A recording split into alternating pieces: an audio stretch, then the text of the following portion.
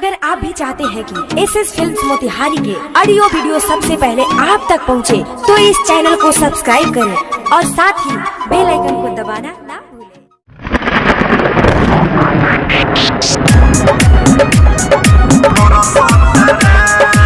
DJ Kanchan Raj Hajipur Vaishali.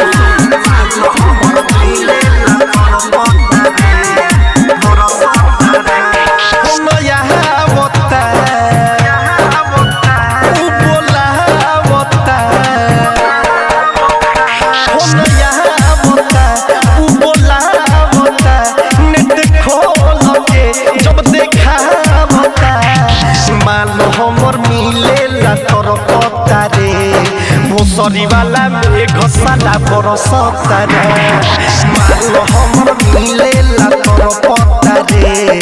भोसरी वाला में घसाला बरसता रे, भोसरी वाला में घसाला बरसता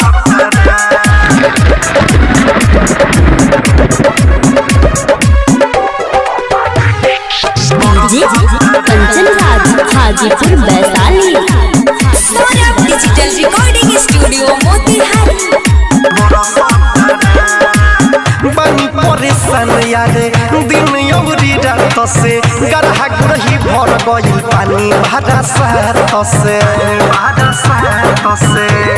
रे यारे। बनी परेशान यारे दिन यौरी रात से, गरहा गुरही भर गइल पानी भाड़ा साथ से। दीवाना के दिल पर बिजुली कर कता रे, भोसरी वाला में घसाला बरसता रे।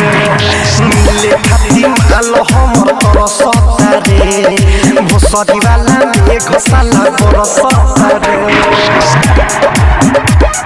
भोसरी वाला में घसाला बरसता रे।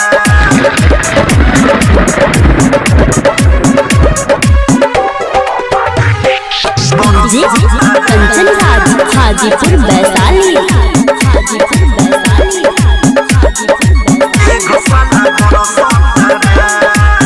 एक तो में बारिशाला आओ पट्टे जोर से, मन करे मर जाई का पार अपन ठोके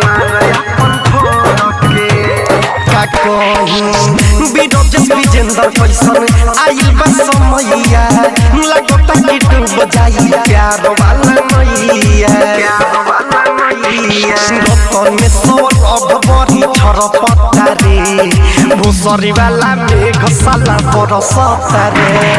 मिले खातिर माल हमर तरपता रे, भोसरी वाला में घसाला बरसता रे।